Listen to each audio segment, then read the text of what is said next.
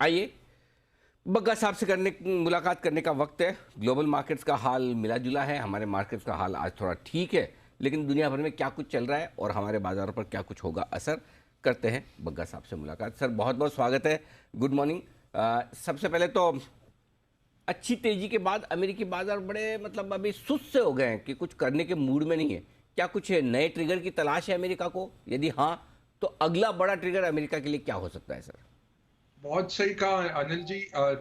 Volumes बिल्कुल कम हो गए हैं मार्केट्स में और नेक्स्ट ट्रिगर अब अर्निंग्स ही है। अर्निंग्स का गाइडेंस किस तरह आता है, लोग मार्जिन प्रेशर के बारे में, pricing pressure, top line growth और कैपेक्स को जो पोस्टपोनमेंट हो रहा है उसके बारे में क्या कहते हैं, ये बहुत अहम रहेगा। न्यू ऑर्डर फ्लो आईटी कंपनियों के लिए, भारत के अगर क्वार्टरली रिजल्ट देखें तो 14% सैलरी हाइक रहा पिछले क्वार्टर में। ज्यादातर 70% उसमें से आईटी के कारण आया। तो ये जो ग्रेट रेजिग्नेशन है, लोग तैयार नहीं है वापस आने के लिए, काम करने के लिए, और बहुत हाई सैलरीज देनी पड़ रही है स्टार्टिंग वर्कर्स के लिए भी, जूनियर स्टाफ के लिए भी। तो वो एक इम्पैक्ट जरूर है। तो नेक्स्ट बिग कैटलिस्ट अर्निंग्स है अनिल जी, और क्योंकि फेड की बैठक तो महीने के अंत तक है, 27 जुलाई को है, तब तक ये बयानबाजी चलती रहेगी, मार्केट ऊपर नीचे होता रहेगा। आज सवेरे के दो तीन अहम न्यूज जो हैं, पहले ईसीबी का एनुअल कॉन्फ्रेंस था कल, और सारे बहुत हॉकिश निकल के आए, और पावल ने यहां तक कह दिया कि हमें इन्फ्लेशन समझ नहीं आ रही क्योंकि हालात बहुत बदल गए हैं। क्रिस्टिन लगार्ड ईसीबी की प्रेसिडेंट ने भी कहा क्योंकि इतना जियोपॉलिटिक इंटेंसिटी आ गया तो ये इन्फ्लेशन समझना मुश्किल है, बट हमारा फोकस अब इन्फ्लेशन के ऊपर है। और तो इसके कारण कल अमेरिकी मार्केट ऊपर थे, फिर नीचे आए। और दूसरी बात है, चाइना 4 महीने के बाद आज पॉजिटिव में उसका पीएमआई आया। पीएमआई फॉरवर्ड लुकिंग है अनिल जी, तो बहुत एक स्ट्रॉन्ग इंडिकेटर रहता है। 50 से ऊपर उठा वो पहली बारी फरवरी के बाद, क्योंकि लॉकडाउन्स के चलते चाइना नीचे था। जापान से इतनी अच्छी खबर नहीं है, 7.2% उसका इंडस्ट्रियल ग्रोथ कम आया ईयर ऑन ईयर। टोयोटा का फिर से उन्होंने मिस किया अपना टारगेट। टोयोटा क्यों इंपॉर्टेंट है? सबसे बड़ी कार कंपनी है, 9-10 मिलियन गाड़ियां बनाते हैं साल में, तो वो एक लीडिंग इंडिकेटर रहता है कि टोयोटा की प्रोडक्शन किस तरह चल रही है। और उनके प्लांट अमेरिका में है, मेक्सिको में है, यूरोप में है, भारत में है, हर जगह है। तो एक बहुत आपको अच्छा एक इंडिकेशन मिल जाता है टोयोटा के नंबर से। टोयोटा के नंबर साल दर साल 5.5% कम आए, और उनके टारगेट से भी कम आए। कोरिया का इंडस्ट्रियल प्रोडक्शन बहुत समतल ही रहा, इतना अच्छा नहीं रहा।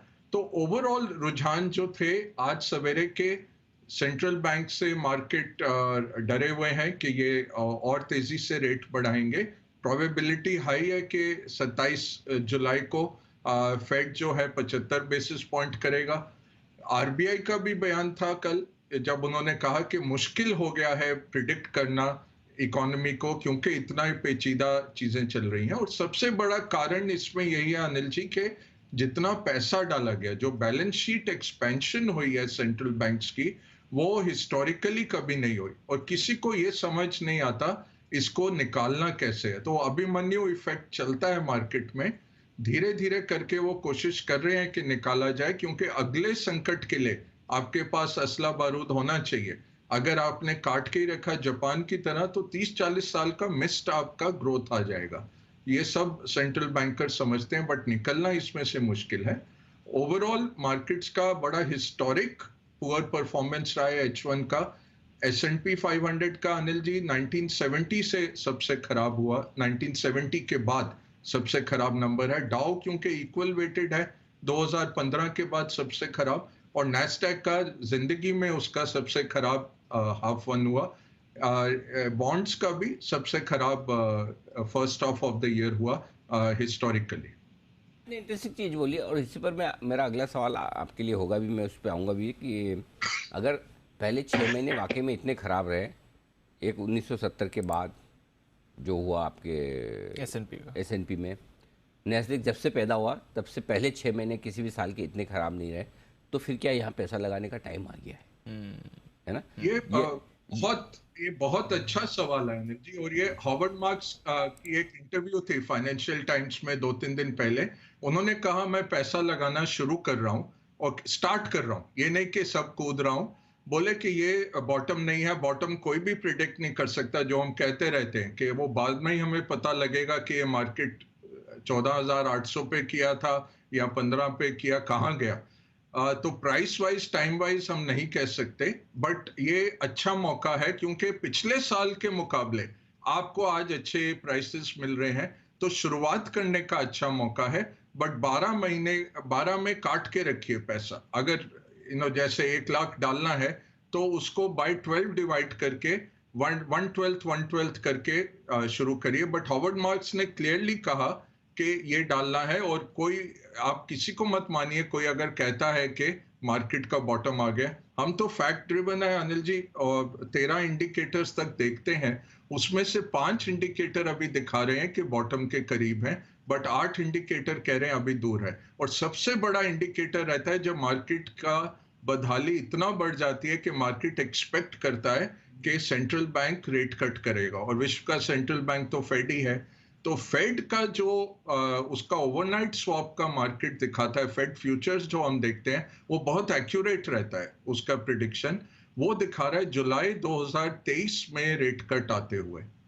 तो हो सकता है कि आपका मार्केट या तो अक्टूबर में या फरवरी में बॉटम कर जाएगा, उस प्रोबेबिलिटी के ऊपर, जब ज्यादा लोग ये समझने लग जाएंगे कि जुलाई 2023 में रेट कट आ रहा है, तब आपका मार्केट बॉटम कर जाएगा।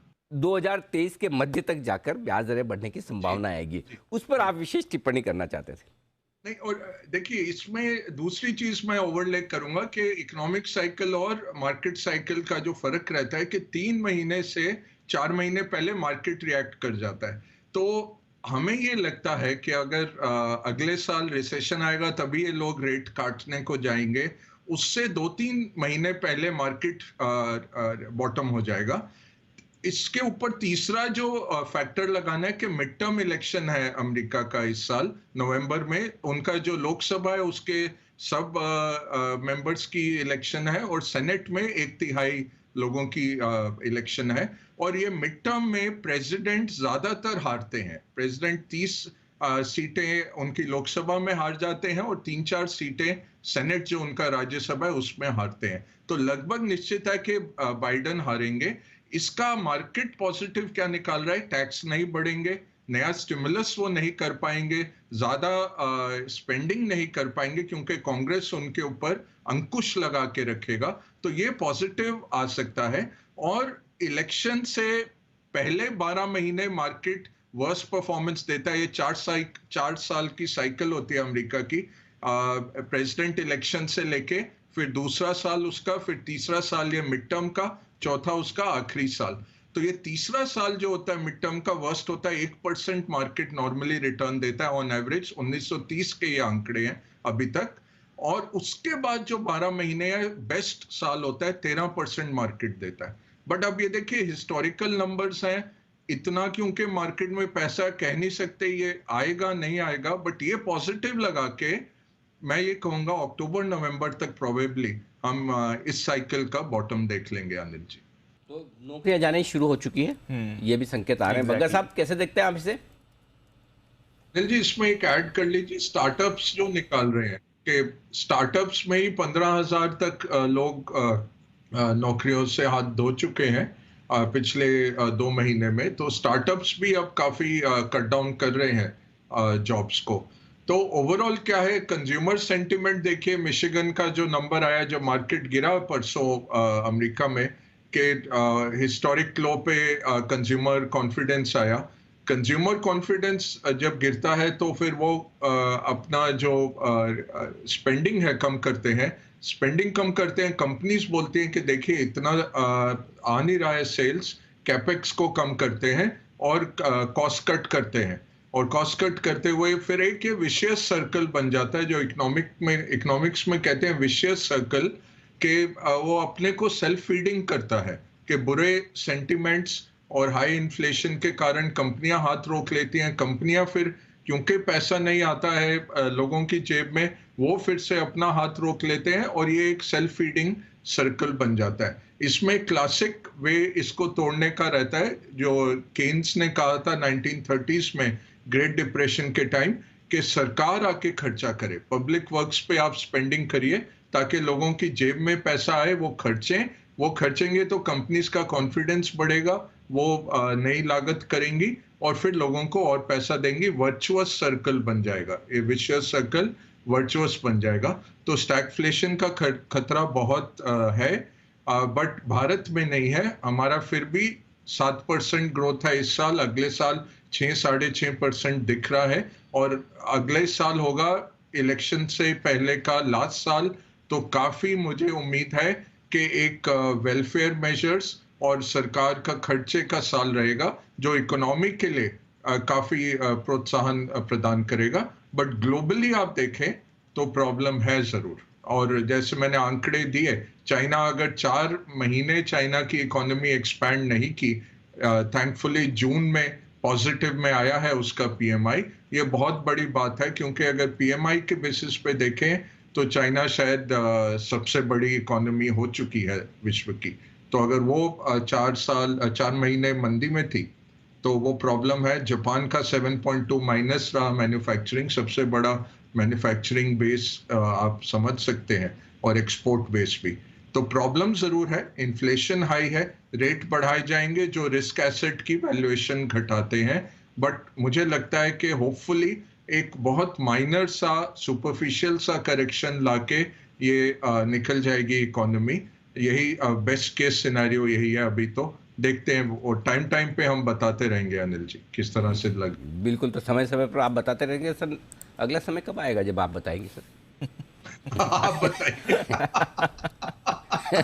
नहीं, पूछ लेते सर, पूछने में क्या जाता है।